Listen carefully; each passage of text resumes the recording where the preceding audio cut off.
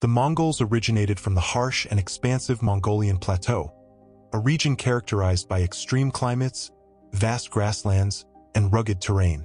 This environment played a crucial role in shaping their society.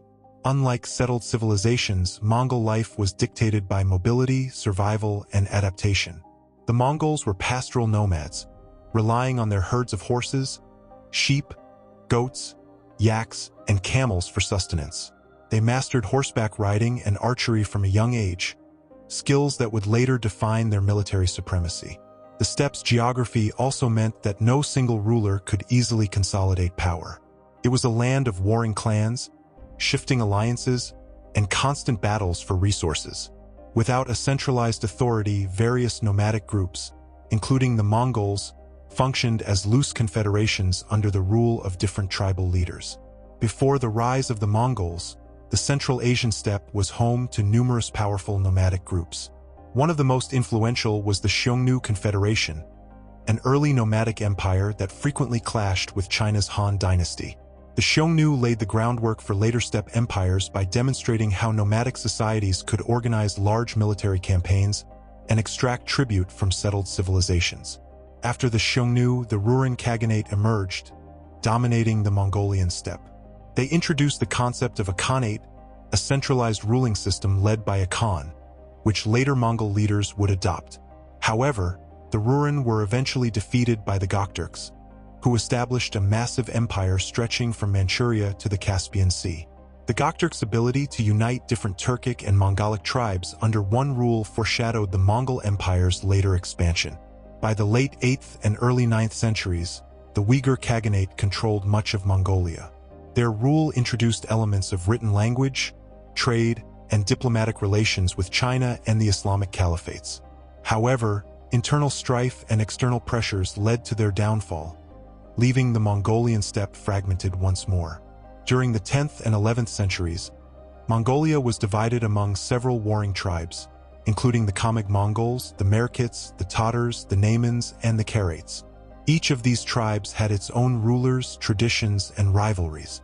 The Khamag Mongols, a loosely organized group of clans, were one of the weaker factions, often overshadowed by their more powerful neighbors. One of the major threats to Mongol unity was the Tatar Confederation.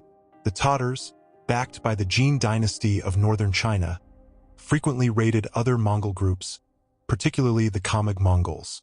The Jin employed a strategy of divide and rule, ensuring that no single Mongol leader could rise to power by pitting the tribes against each other. The Karaits and the Naimans, two powerful Mongolic tribes, also played significant roles in shaping the political landscape. The Karaits, led by Togrul Khan, were early allies of Genghis Khan's father, Yasujii. They had close ties with Nestorian Christianity, highlighting the diverse religious influences in the region. The Naimans, on the other hand, were a formidable force with a strong military tradition, often clashing with their Mongol neighbors. Temujin, later known as Genghis Khan, was born in 1162 into the Borjigin clan of the Mongols. His father, Yasujii, was a tribal chieftain who had limited power due to the fragmented political state of Mongolia. From birth, Temujin's life was fraught with hardship. His name, meaning blacksmith, is believed to have been given in honor of a Tatar warrior his father had recently captured. At the age of 9, Temujin was betrothed to Borte, a girl from the Okhunut tribe, in a strategic alliance. However, during his return home, his father was poisoned by the Tatars, leaving his family vulnerable. Following Yasujii's death, Temujin's family was abandoned by their own tribe and forced to survive in the harsh Mongolian steppe. His mother, Holun, played a crucial role in his survival, teaching him resilience and resourcefulness. During his childhood, Temujin faced extreme poverty, relying on foraging, fishing, and small-scale hunting. His family endured constant attacks from rival tribes and had to evade powerful enemies. At one point, Temujin was captured and enslaved by the Taichiudi tribe, who saw him as a potential threat. However, he managed to escape with the help of a sympathetic guard, an early sign of his ability to form alliances and inspire loyalty. One lesser-known fact about Temujin's early years is a violent conflict with his own half-brother, Bektar. As resources were scarce, tensions rose, and eventually, Temujin killed Bektar to establish dominance over his family. This act, though brutal, demonstrated his willingness to assert authority and prevent internal strife, a characteristic that would define his leadership in later years. As Temujin grew into adulthood, he quickly realized that Mongolia was deeply divided, with warring tribes constantly vying for power. Determined to unify his people, he began building a network of alliances, forming bonds with powerful warlords such as Togrul, the Khan of the Khwarezm tribe, and his blood brother, Anda, Jamukha. However, his relationship with Jamukha would later become one of rivalry and betrayal. In the late 1180s, Temujin took a major step toward power by gathering a coalition of smaller tribes under his leadership. His reputation as a fair and disciplined leader attracted followers, especially among the lower classes who resented the aristocratic rule of traditional Mongol elites. He implemented a meritocratic system, rewarding loyalty and skill rather than noble birth, which set him apart from other tribal leaders. By 1186, Temujin had been proclaimed Khan of the Mongols, but this claim was immediately challenged by rival factions. In 1187, Jamukha, who still viewed himself as the rightful ruler of the Mongols, waged war against Temujin. This brutal conflict culminated in the Battle of Dalan Bal's Hut in 1189, where Temujin's forces initially held strong but were ultimately defeated due to Jamukha's superior numbers. What followed was a horrifying event. Jamukha ordered the execution of 5,000 of Temujin's men, boiling 70 of them alive in a display of cruelty meant to crush his rival's spirit. Rather than breaking him, this defeat hardened Temujin's resolve.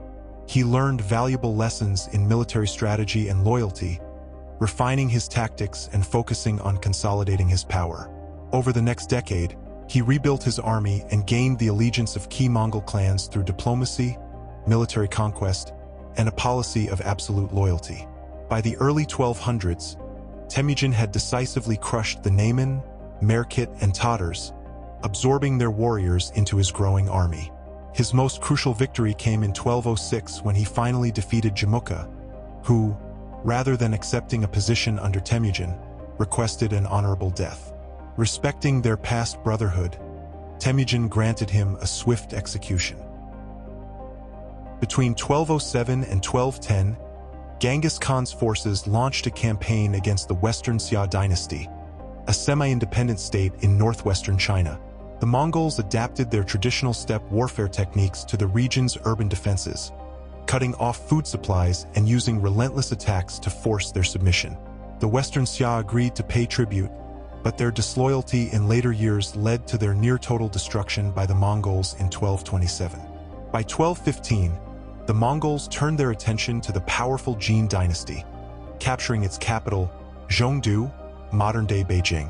The Mongols utilized siege weapons learned from Chinese engineers and Persian artisans, incorporating catapults and other sophisticated siege engines to break through fortified cities.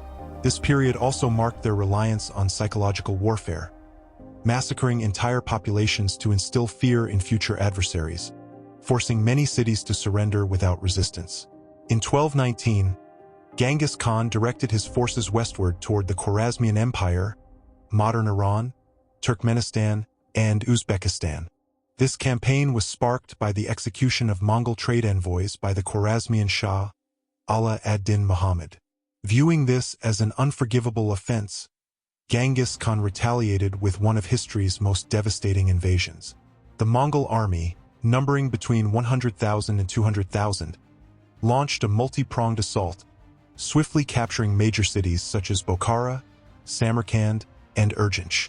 The Mongols employed brutal tactics, including the systematic destruction of cities and the execution of entire populations. Bokhara, a wealthy center of Islamic learning, fell with minimal resistance, and its inhabitants were slaughtered or enslaved. Genghis Khan famously declared to the city's elite, "I am the flail of God. If you had not committed great sins, God would not have sent a punishment like me upon you." By 1221, the Khwarezmian Empire had been utterly dismantled, with its Shah dying in exile. The Mongols continued their conquests into Persia, Afghanistan, and even parts of the Caucasus, leaving behind scorched cities and shattered kingdoms. Despite their reputation for destruction, the Mongols implemented policies that facilitated trade, stability, and cultural exchange across their vast empire. Some of their key policies included religious tolerance. Unlike many conquering empires, the Mongols allowed religious freedom in their territories. Genghis Khan believed that all religions had value, and he granted tax exemptions to Buddhist monasteries, Christian churches, and Muslim mosques, allowing them to flourish. The Yam system, the Mongols established an extensive communication network known as the Yam, a system of relay stations with fresh horses and messengers that allowed for the rapid transmission of orders and intelligence across the empire. This system helped facilitate trade and administration. Legal code, Yasa. Genghis Khan introduced a legal system known as the Yasa, which imposed strict but fair laws on his subjects. It forbade theft, adultery, and betrayal while promoting meritocracy and discipline within Mongol society. Promotion of trade. The Mongols revitalized the Silk Road, providing security for merchants and facilitating trade between Asia, the Middle East, and Europe. This led to an unprecedented exchange of goods, ideas, and cultures, often referred to as the Pax Mongolica. Incorporation of skilled labor, instead of merely destroying cities. The Mongols often relocated artisans, engineers, and scholars from conquered regions to Mongol-controlled territories.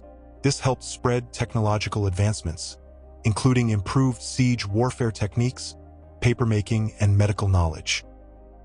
Genghis Khan died in 1227 during his final campaign against the Western Xia dynasty. The exact cause of his death remains uncertain, with theories ranging from injuries sustained in battle, a fall from his horse, or illness such as malaria or typhus. Some accounts suggest he was wounded in combat, while others claim he succumbed to a lingering infection. His death was kept secret from his troops to prevent disruptions, and his burial site remains a mystery to this day, as his followers took extreme measures to conceal it, reportedly even killing anyone who witnessed the funeral procession. The fall of the Mongol Empire. Although Genghis Khan laid the foundations for Mongol dominance, his empire began to fragment after his death. His successors divided the empire into four major khanates. The Yuan dynasty, China, ruled by Kublai Khan.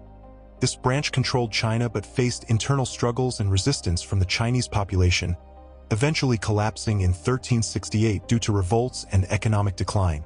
The Ilkhanate, Persia, and the Middle East. Initially strong under Hulagu Khan, it faced financial mismanagement, internal conflict, and was eventually overthrown by local Persian forces in 1335. The Chagatai Khanate, Central Asia, weakened by internal power struggles and economic decline. This region fragmented over time. The Golden Horde, Russia and Eastern Europe, a powerful force for centuries, it gradually declined due to internal divisions and the rising power of Russian principalities, notably Moscow, which played a key role in ending Mongol rule by the late 15th century.